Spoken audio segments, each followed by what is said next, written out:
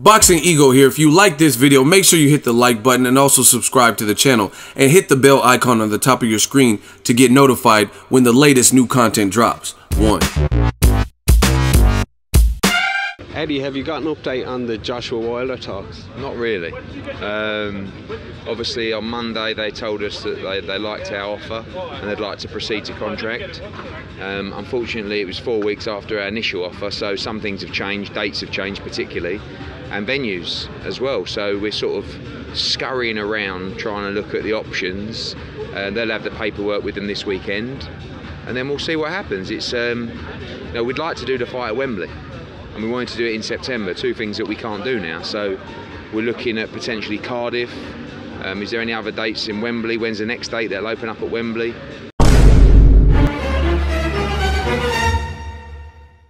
So yeah, not too much. Like I said, they should get the paperwork this weekend. A few moments later. We accept your terms and the offer. Can we have a contract? This was on like a Monday or something like that. So I said, no problem, I'll have the contract with you by Friday. On Friday, I didn't quite finish the contract. So I emailed Shirley and said, it'll be with you on Monday. He said, no problem, take your time. So I sent it on Monday. And I think we have to move. We have to move with a decision, or we have to fight Povetkin and then, and actually sign for Wilder. We don't mind doing that either. So it's just a case of trying to marry everything up. I don't just want to do a fight like this at the wrong venue, at the wrong time. So I know that the fans just don't care if it was happening down there tomorrow, but we've got to do things right. There's a lot of money at stake and a lot of legacy at stake as well. So we'll be moving over the next week to see if it's possible. And has the Canelo Triple G September 15th date, has that ruled that out as a date? Yes, it does. I mean, it doesn't, in terms of that date, that was our original plan that date, because Canelo Golovkin didn't look like it was going to happen. And more importantly, if we would have got the March on there, we would have secured that date before them. But that was the original date of the offer 4 weeks ago. So now September the 15th is 10 weeks away, something like that. And with a fight like this, it's not a rematch like Canelo Golovkin. We need these guys to go around, do their media tours. And by the way, I'm not letting Anthony Joshua fight this fight with an 8-week camp, because this is everything, this fight. Everything that he's built towards, his whole professional career, maybe even his whole boxing career, is built towards this moment. So we're not just going to go, oh yeah, let's just dive in and do it on a date that doesn't give us the best prep time. So I think that more realistically, October, November is a solution, but that does rule out the place where we wanted to stage it, which is Wembley. So lots to try and resolve, but we want the fight. We're prepared to sign for the fight now. They'll see the contract, they won't see anything out of the ordinary, and then we'll go from there. But they'd like to know, they'd like a decision. They feel like Povetkin is a very, very tough fight. They feel like Wilder is a very, very tough fight. AJ's up for fighting them both. Of course he wants the Wilder fight. He wants to be the undisputed champion, but if it's going to be slow tracked, if people are going to mess around, if it's going to drag on, they'd rather just jump in and say, okay, let's go end of September with Povetkin and then keep the discussions going, Wilder, but sign now. But like I said, if Wilder comes back and says we're good to go, that's almost certainly going to be the next fight. A few moments later. A month after our offer nearly, they came back and said, we accept the 15 million and our terms, which we put in the email, 5 or 6 of the key points. We accept your terms and the offer. Can we have a contract? And finally, in your heart of hearts, who do you think it will be next for AJ? I don't know. I don't want to, But don't even say nothing to me, boy. You look like a motherfucking I don't know. I don't want to, affect the discussions, but we'd have to move at an extraordinary pace and possibly do it somewhere that isn't ideal or where AJ wanted to for it to be next. But I believe this fight will 100% be signed in the next 3 or 4 weeks.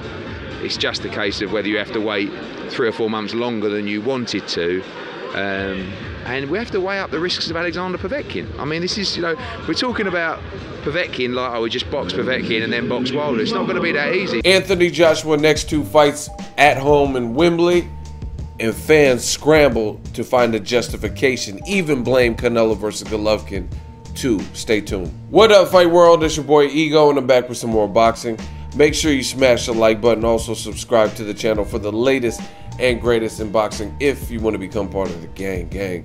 Notification gang, please hit the bell icon. Shout out to the super chats, channel donations, the Venmo donations, and the Patreon family. We working.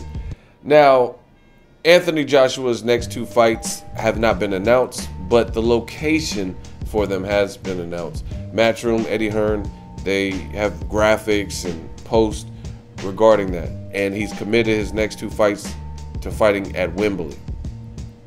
The opponents to be determined or to be announced, TBA, I think would probably be the best, because I think at least the first one, I think they have a real good idea who they'll be fighting. Now, in lieu of this news, it has fans, old media, searching for a new excuse, a new lily pad to jump onto, right? Here's why. Canelo versus Golovkin is happening a week before September 22nd, which is the confirmed date for Joshua's next bout. Now, that's one of the popular excuses that I'm hearing regarding why Joshua and Povetkin is able to happen on that date in Wembley, but Wilder and Joshua couldn't fight on that particular date, right? Now, this is the situation. Eddie Hearn does a lot of interviews, and he said a lot, and people remember what he said. Eddie Hearn specifically said at a point in time that, oh, we're under the gun. Deontay Wilder, him and his side, they're taking far too long to negotiate, even though the WBA offered up a 24-hour deadline, and we still haven't had an announcement, and we're not going to get one until next week, it's looking like, right? So despite that, and despite him saying Povetkin was ready to go, then as soon as the Wilder fight fell out, then shouldn't you announce it, right? But it still seems that there's things to iron out or finalize, whatever. So they blame Wilder's side for these extended negotiations. Fine, whatever, right? You can believe what you want on that. That's what Eddie Hearn says. Oh, believe what you want.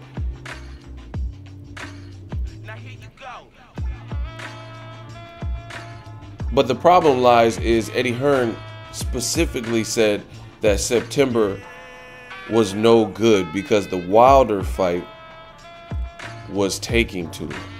He specifically said that, right? So then they started looking at shuffling and allegedly looking at other dates in Cardiff. That's the only indoor type of stadium situation with the capacity that could hold the amount of people that they think would be there for the Joshua Wilder fight, which also creates question because they offered Wilder $12.5 million, which Eddie Hearn is on record saying he thinks represents somewhere around 30%, which means it's about a $42 million fight, something right around there.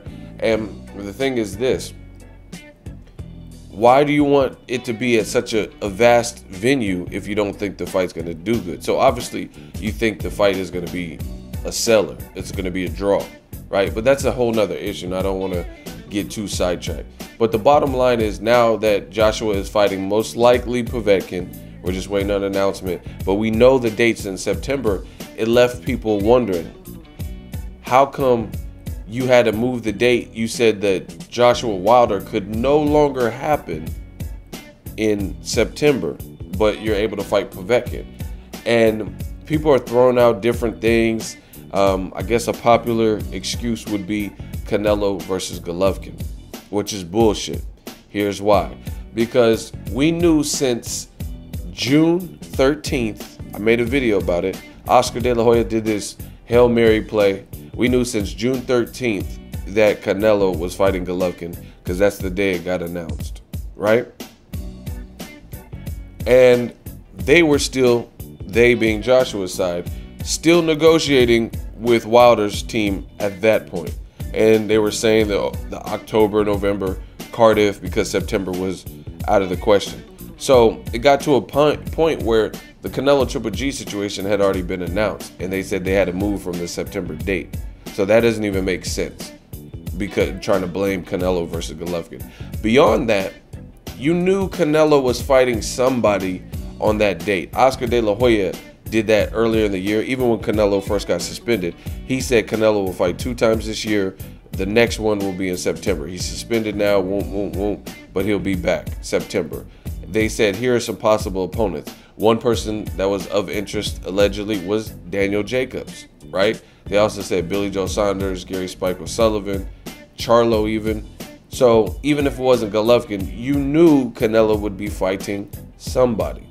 We just didn't know if the Triple G, because he was kind of saying he wanted 50-50, and we didn't know that. But it's boxing. This is the most lucrative fight for both of them in the middleweight division. So most people figured it would happen. Beyond that, if Triple G, I told you this, if Triple G didn't fight Canelo, his mandatory would be Charlo. So I really thought the fight would happen, because if it didn't, the WBC had already warned Golovkin that if you don't fight Canelo, this is the fight we were going to make an exception for, because it was already supposed to happen in May. But if you're not fighting him, then business must continue. You have to fight Charlo. And if he didn't fight Charlo, then he would probably be stripped, and he already got stripped of his IBF. So in my opinion, I had a good grip, and I knew Triple G's team would come to their senses, or somehow this fight would happen. I really felt that, just based on what I just told you. Because Golovkin, I told you he wasn't getting 50-50, which was true, right? But if he didn't budge, then he wouldn't get the fight, and he would have to fight one of the other lions in the division, Jamal Charlo, Daniel Jacobs rematch, Billy Joe Saunders, all difficult fights, Demetrius Andrade, all difficult fights, Derevyanchenko, difficult fights with less money. So, I mean, he got $24 million around the first Canelo fight, so I figured it would get resolved somehow, some way. But beyond all that, we knew he was going to fight on that date, Canelo, because De La Hoya told you that months ago. I remember he was at a golf tournament, and he was, or charity event, and he was saying Canelo's coming back regardless of Golovkin in September. So why is that now just a brand new excuse, meaning you can't fight because it's a week after the Canelo fight? Like, come on. Even beyond that, Canelo, I was at his last fight against Triple G. I covered it as media. Canelo said on the podium that his next fight will be not this year. He said he's going to take the rest of the year off, last September, and he's fighting, right, May and September. Obviously, the May fight didn't happen because of the situation with the clenbuterol, but we knew Canelo was planning on fighting on the quote-unquote Mexican dates. So for a variety of reasons, as you guys can see, those excuses wear really thin and don't hold up, because at best, you knew Canelo was fighting someone. If you're realistic like myself, you would figure that the Canelo-Golovkin issue, since it was already agreed upon in May, even though Golovkin was doing the public stint and the I want 50, hey, no, guys, 50-50 and all that, we had an idea that that would be the most lucrative option for him. For that reason, I think it would be safe to assume that it would get resolved somehow, some way. Maybe we didn't know how it was going to get resolved, but that's the best, most lucrative fight for both of them in the middleweight division. So I firmly believe there's too much money on the table. They had already fought each other 12 rounds, so neither guy, it would be dumb for either guy to fight more dangerous options or equally dangerous options for less money, right? But at best, you could say you knew Canelo was fighting somebody. So why, after this long stalled out negotiations or whatever, why is that now just becoming an excuse where, oh, it's a week after Canelo versus Triple G, this wouldn't work? You knew Canelo was fighting Triple G for quite some time, because, like I said, June 13th was the announcement date, right?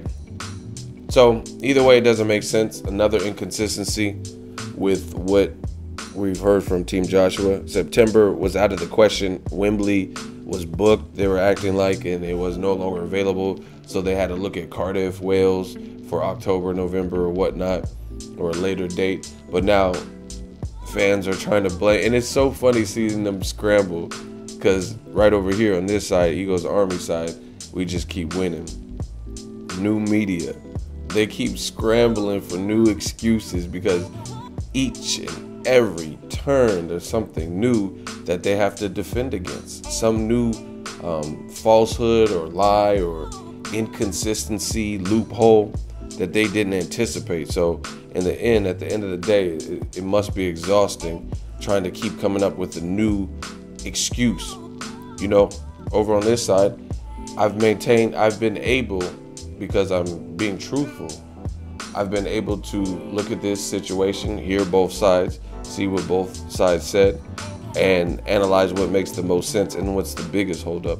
And this whole thing makes little to no sense how Joshua was able to fight September 22nd at Wembley, but because Wilder negotiations were taking longer, even though we have no announcement for the Povetkin fight, so they're still finalizing small details or something, because if they weren't, why didn't we have a press conference right now? Why didn't we have the details released of who's on the undercard and, you know what I mean, just the fight announced? So how are you able to fight at Wembley with Povetkin? Simple. That's all I want to know. And then, yeah, like I said, it's just funny seeing people scramble. They're talking about, oh, I'm reading comments, things to the effect of, that's because Canelo Triple G is a pay-per-view, and this Povetkin fight in America is going to be distributed on DAZN. But DAZN is a paid platform, so it may not be a pay-per-view, but they still haven't released the price point, so I don't know what it's going to be price-wise. But when it was in Canada, it was $20 a month. A pay-per-view ranges from generally $50 to $70, maybe $100 if it's a Mayweather big fight, something like that. So what's the difference? What does it being on DAZN have to do with anything? Once again, these guys are scrambling. They're worried. Don't be surprised if you see comments where people try to attack me or my character directly. But one thing they won't do is answer how this makes sense.